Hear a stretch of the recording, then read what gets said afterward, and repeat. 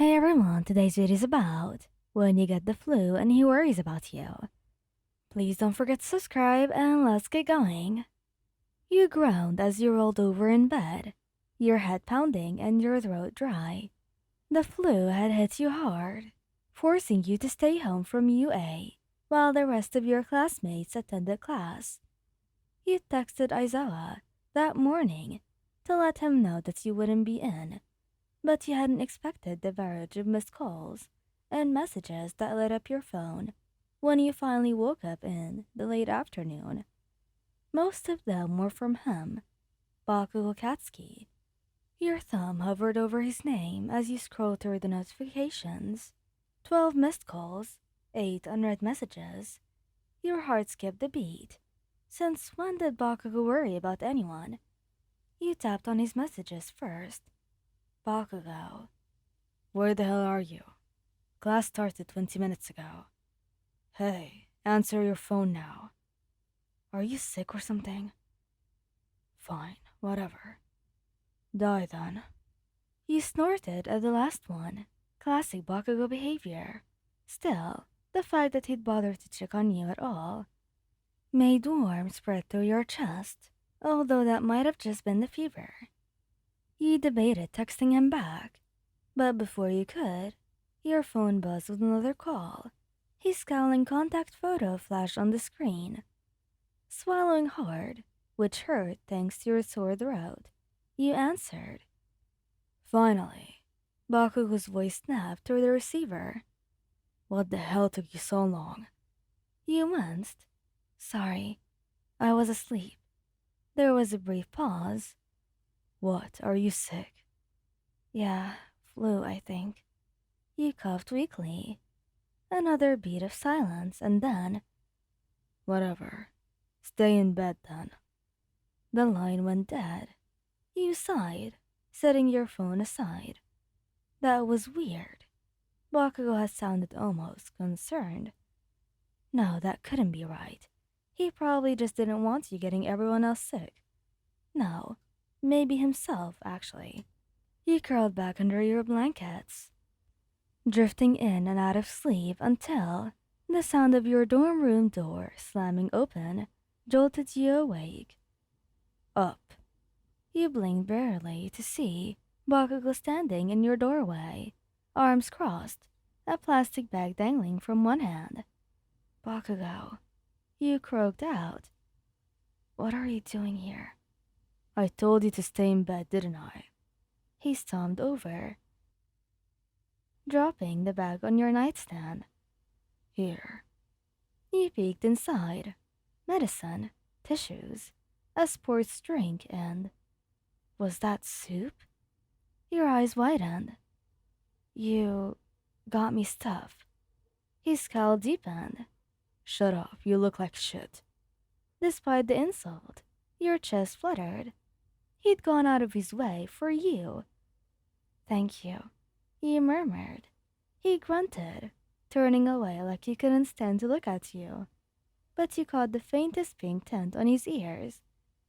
Later that evening, after Bakugo had bullied you into taking medicine and drinking fluids, you finally felt well enough to shuffle downstairs for a snack.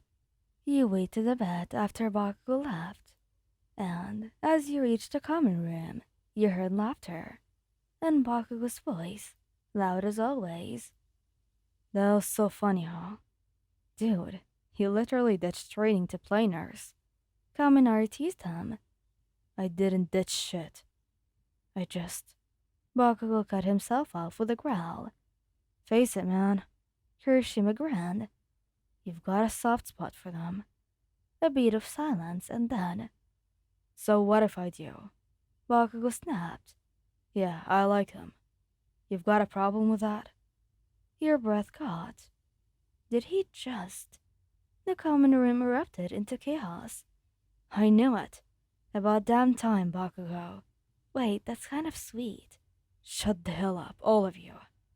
You stood frozen in the hallway, heart racing. Bakugo liked you. Before you could process it, a familiar voice growled from right behind you. How much of that did you hear? You spun around to see Bakugou glaring down at you, arms crossed, your face red. Uh, he squeaked. All of it, probably.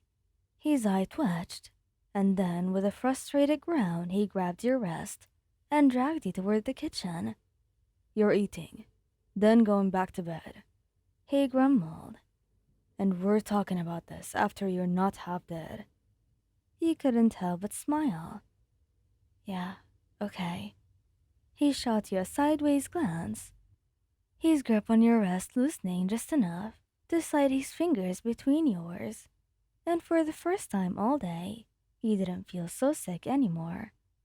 After Bakugou dragged you into the kitchen, he practically shoved a bowl of reheated soup into your hands and glared the entire time until you ate every last bite. The whole time, your classmates watched from the common room with poorly hidden grins, whispering behind their hands. Bakugo knew what they were whispering about, but ignored them, or at least he pretended to. But you caught the way his jaw clenched every time someone snickered. Once you finished eating, he snatched it from your hand. Come on. The walk to your dorm room was painfully awkward. Bakugo's grip on your hand was firm, but his palm was warm, almost reassuring. You wanted to say something, anything, but your throat still hurt, and honestly, what do you even say after hearing Bakugo Katsuki admit he likes you? He didn't let go until you were both standing in front of your door. He fumbled with the handle, suddenly nervous. Um, so you want to come in, or? He scowled. Obviously. Oh. He stepped inside, and Bakugo shut the door behind him with a little more force than necessary. The room was dim, lit only by the soft glow of your bedside lamp. You sat on the edge of your bed, and after a second of hesitation, Bakugo dropped into your desk chair, spinning it to face you. Silence. He picked at your blanket. He drummed his fingers on his knee. Finally, he growled. So, he swallowed. So, another pause, and then, you heard what I said. Your heart pounded. Yeah, I did. And, and, you blinked. And what? He groaned, dragging a hand down his face. Are you going to say anything? Or am I just going to stay here, looking like a damn idiot? Oh, right. He basically confessed right in front of the entire class, and you hadn't even reacted. Oh, I mean, I like you too, obviously. You blurted. His head snapped up. Obviously. You shrugged, face burning. Well, yeah, you're you. Bakugo stared at you for a long moment, his expression unreadable. And then, with a frustrated noise, he stood up and stalked over to you, stopping just inches away. You're such a pain. Before you could respond, he leaned down and pressed his lips to yours, quick and rough, and so very Bakugo. You barely had time to process it before he pulled back, face red and scowling. There. Now we're on the same damn page. Your lips tingled. Yeah, same page. He huffed, crossing his arms. Good. Now go the hell to sleep. You're still sick. You wanted to argue, but honestly, you were exhausted and happy, really happy. So you just smiled and flopped back onto your pillows. Good night, Katsuki. He stiffened at the use of his first name, but didn't correct you. Whatever. Sleep well, idiot.